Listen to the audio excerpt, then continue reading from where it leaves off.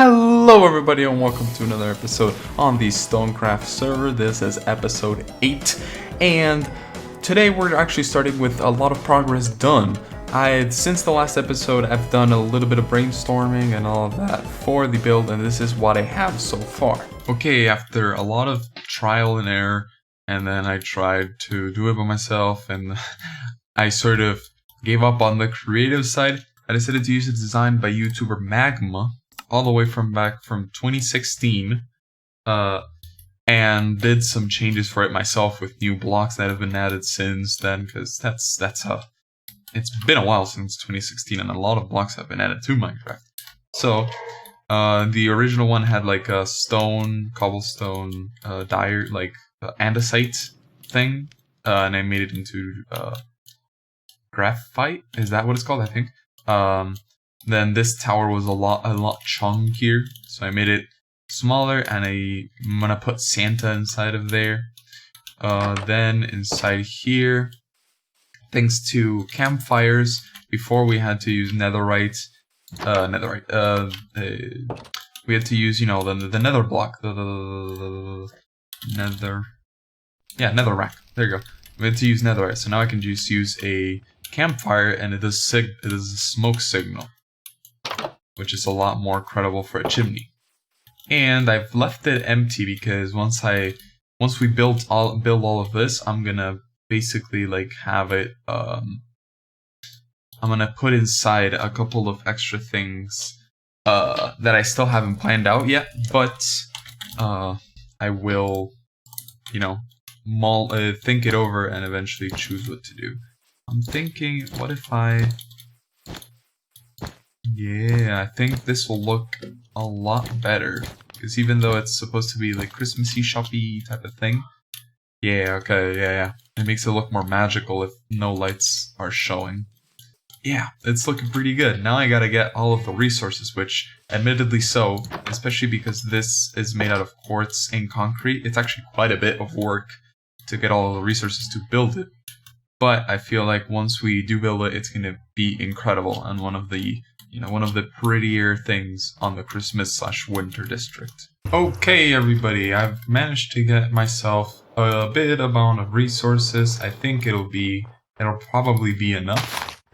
I have the thing designed and all planned out, and now I think it is time to get down and design and build this place, because I have not yet figured out how to do what is it called, that mod that lets you like record things and then go back and look at them. Like I still don't know how to use that mod. I gotta learn and like install it, but once I do that, I'll be able to have more cinematic and dynamic recordings of builds and stuff like that. But until then, we're gonna do some jump cuts, because I've already done quite a few time lapses during the progress of this episode, and if I haven't, then like I don't even know anymore. Just take my word for it. Jump cuts is the way to go for now. I'll see you when I build a good amount of the work. So it has been done. It's finished. And it looks quite incredible. I'm really happy with how this turned out. Look at this. Damn. I really like the addition to it in the Christmas district. Now let's go up here and see how it looks like when you enter. Damn. I love it. I love it. I love it. I love it. Kinda sucks that you can't see the cookie bar behind it, but yeah, this looks, oh, I love this. And like I did the interior floor with a couple lamps, and it looks pretty incredible. But I feel like the inside decorations will do. We're gonna add a couple toys, a couple little things, a couple fun things. And we're gonna put in what I wanted to have for this area, which is my own little secret Santa. Because if I go over here and show you the purpose of the little cookie bar. The cookie bar is an incredible building, and I love it. And the original purpose of the cookie bar is on the second floor, inside the present. We read this in the last episode. There will be a Secret Santa, but I will be gone while the Secret Santa is going on. So, instead of, you know, not doing anything, I decided to instead use this building in order to not only promote the builds in the Winter District, but also make my very own Secret Santa type of situation. So, I've been thinking about things that I can give for Secret Santa, and I think it'll really come down to either favors or a couple of diamond blocks or something, because to be honest, I'm rich, but I'm not that rich. I have 28 diamond blocks, which is quite a substantial amount of money. But I know a lot of people in this server have a lot more income and have a lot higher like added value and richness. You know what I mean? Like assets. If I make myself clear, they have like netherite armor, which I clearly don't have. And they have netherite tools, which I clearly don't have. I actually lost my netherite pickaxe. It broke last episode. You might have noticed, I forgot to mention it, but yeah, it's you know, it's I'm not the richest StoneCraft member, but I'm also not the most poor. So I can definitely afford giving presents this time around, and some expensive and good ones at that. But I just don't know what to do. I'll come up with a list and come back with you guys with a proper list. But I think what's better here is if we start with the decorations. I feel like I'm gonna put the Secret Santa. I feel like it would be kind of nice and cool to have like little lockers, almost like barrels here, with names of the people that have joined recently in the server, and they can come in and pick up their gift on Christmas Day or afterwards, and the rest of this shop will be filled with, you know, like little festivities, like, I don't know, a little train or a little candy cane. So I'll be back once I add a couple of little things around here. I got a nice idea for a Christmas present, for a Secret Santa Christmas present. Give me a second, everybody.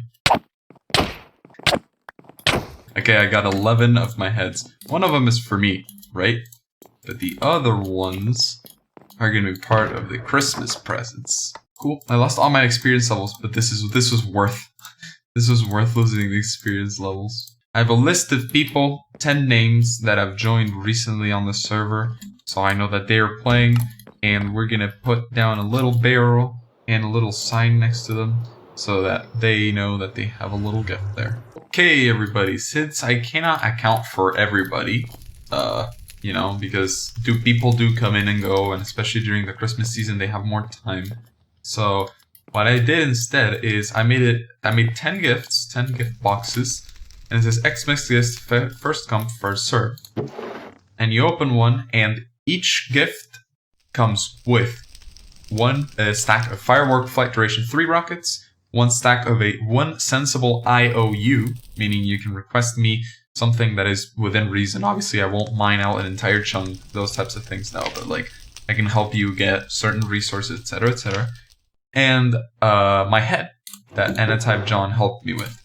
And then each one has different things. So just in case you wanted a reward that was in one of these, all of these are duplicates of these. So like how I showed you here, this one has 8 gilded blackstone. I'm actually, I think I'm gonna, instead of just 8, I'm gonna do that. I'm gonna put way more, because gilded blackstone is rare, but like it doesn't have that much of a use. Okay, so you have gilded blackstone in these, and I'm not gonna show you guys what's in here so that it's a surprise for the members. But the idea is you come in, you look for a box. Oh, I want this box. And oh, you got this box, and you get all the rewards inside. But just so that people have an idea of what's inside, two of them have diamond blocks. 2 of them have totems of undying. Two of them had redstone blocks, and I forgot what the other one was, to be honest. let me pause it. Sorry, 4 of them have a diamond block. 2 of them have Totem of Undying, and 2 of them have redstone block. That's 2 stacks of redstone blocks. So, with all of those, I hopefully, obviously they're not incredibly expensive gifts, but hopefully they are, you know, good enough so that everyone gets like a little bit, you know, a little bit of Christmas cheer, a little bit of Christmas happiness, you know. At the end of the day, I was talking with Gil, who organized the Gil, right? Yeah, Gil Rain, who organized the original Secret Santa that I cannot be part of, and he was like, you should write down your name regardless. At the end of the day, it's all about the thought that matters. So I'm hoping that my thought of making this entire building and the barrels for the gifts is enough. But now I gotta decorate. I already began working on maybe some ideas. I put these candy canes here and I think they look pretty neat. I brought these boots and hang them up as if they were stockings. But it's have a lot of space to work with, so I'll be back when I have some more nicely and prettied up things. So, ta-da! Here is Santa's little workshop. I changed a couple of the prices. I removed IOUs because I realized 10 IOUs would be a little bit chaotic. I also included this so that people, you know, when you choose a barrel, you can't just like, oh, no, I don't like that one, I'll choose another one. I added another candy cane. I used dried kelp to make into, you know, cute little present piles. I made a big present, and I make like a little, I don't know, like a little counter almost. I don't know how to... I ran out of ideas because I don't have that much space to work with, and I wanted to leave this area clean so that people would be like, oh, yes, this is clearly the area where the gifts are. So, yeah, I feel like it came along really, really nicely. But now, it is completely done. We finished Santa's little workshop. And like I said last time, Santa's workshop was originally designed by Magma on YouTube like 6 years ago. I'm pretty sure I said that. But, and I took a bit of creative liberties and changed things, but overall it's pretty much the design by Magma on YouTube. I tried to do my own, and I couldn't. I tried super, like, I was never happy with it, so I ended up, basically, borrowing his design, and then the interior is completely original by me. The chimney was different blocks, the design of the roof here and the watchtower at the front is different. It's just that the color palette and like the depth idea that he played with over here, I really, really liked, so I ended up using mostly his design. But we're finally done. It looks pretty incredible. Let's go all the way up here. Let's go around the tree. And bam. There you go. That looks incredible. That's amazing. That looks incredible. I'm gonna make that into probably this video's thumbnail, because now that we're done with the interior, it's time to work on the industrial district again. You guys better not have forgotten that we did that last time. Where I'm gonna go and mine a lot more in the coming hours and probably days, to be honest, in order to make a huge hole. And I'll be back later. After about 1 hour, maybe 2 of a live stream and countless off-stream time, mining and preparing everything for the final hole, Wisdom and I decided to get ourselves a bit of help. And we got Montaigne Pro, someone who was in who has been in my channel previously when we did our end bust, to try and help us design a speedier way to get rid of the hole. These are these are just the biggest highlight of the stream that happened that day. Yeah, give me. I got it. Oh! No! Yeah, a bit chaotic to say the least. Okay, everybody, after what seemed like forever, a 1 hour part of the live stream, several botched attempts, and like a solid 30 minutes of development and, research on YouTube, I have used the design from, Minecrafter, let me check, YouTuber Minecrafter, StoneCraft. And supposedly I've quadruple checked everything just in case to make sure it works, and Everything is lined up over there, theoretically. I low-key want to check all over again, but I've already checked so many times. I'm just very nervous. Here we go!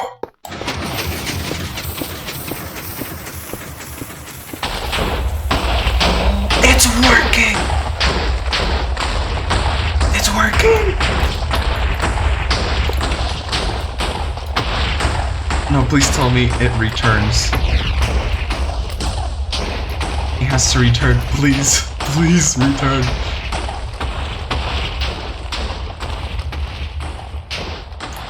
Please, please, please.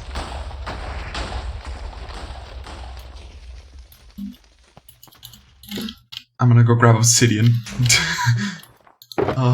Obsidian.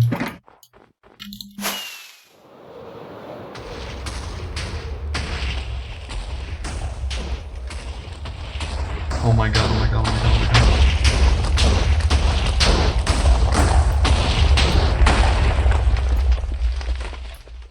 It didn't return. Why didn't it return? Oh no, did it break? Oh no, did it break? Why didn't it return?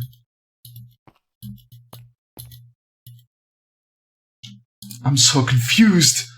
Give me a second, everybody. Yeah, it took a little longer than a second. This is the next day. Okay, everybody, I have to rebuild this once again because, evident from the last clip, everything broke. Well, not everything broke, but the return system wasn't correct. There was those pistons over there were supposed to be sticky pistons, and in the video, he what was his name? StoneCraft just said pistons, and I didn't realize he was talking about sticky pistons. So now, we are gonna be doing the actual test. I'm waiting for Montaigne because he said he wanted to see it, but I'll be right back and we'll break this redstone block and get started. Okay, so the idea is, this is actually, this looks like an absolute chaos, right? But the idea is that this is not just the flying machine, this is also the pause system. So basically the flying machine starts flying when you break this redstone block right on top of the thing. Yeah, that one. Well, be careful, don't touch anything because I don't want anything to explode. But basically the idea is that that redstone block, when you break it, it makes that piston move, and it activates that observer right below here, and that makes everything move forward, right? But then on the other side, you can't see it, but there's like a small little, almost like a little pixel emoticon face made out of like piston, two sticky pistons, a redstone block, and some stuff. And that basically, just like when the machine gets there, it reactivates and sends it back. And my problem last time is the sticky pistons over there weren't sticky pistons, they were normal pistons. So now it's now everything is fine. Okay, ready? I'm so nervous. 3, 2, 1. It seems like it's working. It's working! Oh my god. What? Should it be like this? Yeah, don't worry. This is the pause system. Now we place a redstone block there, and when the machine gets back, it should stop right here. And does it automatically move to the left?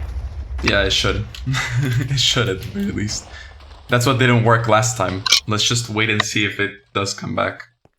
Oh my god, this is We'll render awesome. distance. This is awesome. This is so cool. Shoot, I can't go any farther. I'm already at 32 chunks. Don't worry. I'm here seeing if it works. It's about to get there. It worked! It worked. It worked! Okay, now the pause system. That's the last missing piece. It's coming back. Actually, I'm gonna go down here and get the shulker boxes. Yeah, those are my shulker boxes. Don't get them destroyed. I got it. Oh. It's about to come in. Oh It stopped? Oh, that's so cool! It worked! You're filming this, right, Luca? Yeah. Yeah, I recorded all of this. That was so badass! I think we can all agree that was pretty badass. Okay, everybody, look. After 4 hours, it actually didn't take all that much. We started the thing right there, and now look at this. It's snowing, so it's kind of hard to see. But the machine went all the way through, and all of that is bedrock. Look at that. This entire 108 by 105 area, because the original the original build guide needed it to be slightly offset from the actual size of 100 by 100 that we had. Basically, it's all done. This machine went all the way through 108 by 105, and now we have a gigantic hole all the way down to like y = 4 to build stuff in. And because mobs can't spawn on bedrock, if we cover this up with like, I don't know, like a sheet of stone slabs all the way up at like 150, there won't be any mobs spawning here. We just have to light up the sides of the caves, and this area will be completely mob proof and completely safe to farm in. Now, however, I have to go meet up with Wisdom and Montaigne in order to come up with a couple of ideas for the farms we want to build here. Because we have a couple of ideas, but we have to write them down in order for us to organize ourselves. So once we finish all of that, I'll get back with you guys with all of the ideas written down. Okay, everybody, after much talk with our good old friends Montaigne and Wisdom, we have come up with the following plan. We have an iron farm, a food farm, which we kind of left it ambiguous because we were still deciding if we want to have a trading area with villagers. And if we do have a trading area with villagers, we're going to have a melon and pumpkin and a lot more food farms. Gold farm, which doesn't necessarily go in there, but yeah, gold farm. A tree farm, a concrete farm, a gunpowder farm, a sugarcane farm, a cow farm, an ice farm, a cactus farm, a kelp farm, some automatic potion, honey farm, a salt farm, which goes in the nether, dye farm, and a slime farm. So I think today, in order to get a couple of the easy farms up and going, I think it is a good idea if we get the dye farm and quite possibly a kelp farm going, or a dye farm, a kelp farm, and maybe even a bamboo farm. Probably those are our very first ones that we should get underway. Let me get myself some resources to get us started, and I'll be back once I do. So, we decided actually to scrap all of what I just said, and instead we're going to begin by building two very crucial farms. A sugarcane farm and a creeper/gunpowder farm. Why is that, you might ask? Well, the only person in the server that used to sell fireworks has not played in a couple months, so the entire server is kind of deprived of gunpowder and rockets. So, if we make a sugarcane farm and we make a gunpowder farm, we can have rockets to sell straight away, which would be very beneficial for our store and also for us, because I'm the one that has the most rockets out of the three of us that are currently working on this project, and we only have I only have like 5 more stacks of rockets, so it'll run out very, very quickly if I don't get working. So first, I'm gonna be building the sugarcane farm. So everybody, basically, I didn't do that many updates for this build because once again, I still have to figure out the mod that basically lets me panoramically view and do, you know, what's it called? Time lapses, and it would have been a very confusing time lapse. But basically, it's done, and it's incredible. It's so good. Like, this is, so I used the design by Tango Tech. I'm gonna put the link in the description if I remember, and if I don't, please leave a comment and let me know to do so. But basically, it's a modular design that can be stacked horizontally, vertically, and by length. So one module is this right here, And the idea is, theoretically, it's not the most efficient in terms of, you know, sugarcane production, because all it does is it looks at if this sugarcane grows instead of all of the rest. But evident from the chest and how that was that was made over like 20 minutes, this is a very, very good farm regardless. So the idea is it looks for when this sugarcane grows, and then it sends a signal to these pistons to all push at the same time. Which once again means that it's not as efficient. Oh, we might need to do something about that soon. But it seems like other sugarcanes pick it up, so it's not that big of a deal. Yeah, when it fires, they all fire together, unless it's separated by... Basically, it's separated by level and by width. So, let me go over here. That level, this level, for example, all of this side fires first altogether. Then when it detects a movement from that one all the way over there, you can see the observer right there, it fires both this and this. And then when it detects all of that, all the one from all the way over there, it fires this and this. And then this one is separated like the very, very first with that observer right there, and it fires all of this. And each level is, you know... What? Each level fires individually, so if this side fires off, it won't make all of the rest of the levels fire off at the same time. There are a couple of things that we need to change, evidently, from the design, but, you know, it's working really fine, and so far we have a lot of sugarcane. I was gonna build also the creeper farm on today's episode, but this farm alone took me about 3 hours. No, I'm not kidding, it took me 3 hours to make, because I had to get all the resources, which I got help from Montane and Wisdom. And we also, I also had to figure out how to do it at first, and then I had to duplicate the module, I think 18 times. So, you know, it's been a bit of work. So I was going to include another farm, but I feel like that is enough for today's episode. Thank you all so very much for watching this episode of StoneCraft. If it was a little bit shorter, which I don't know if it is or not, I'll be able to tell in the editing. I'm sorry, but I have had to do this because all of the progress in this few episodes, the past 2 episodes, has been mainly, you know, off camera. This took ages to make. The flying machine took ages to make. That took ages to make. But you can only see it ever so slightly.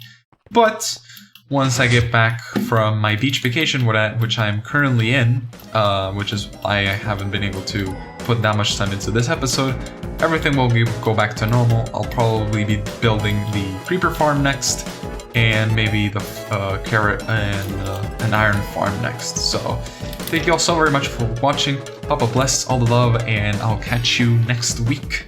See ya!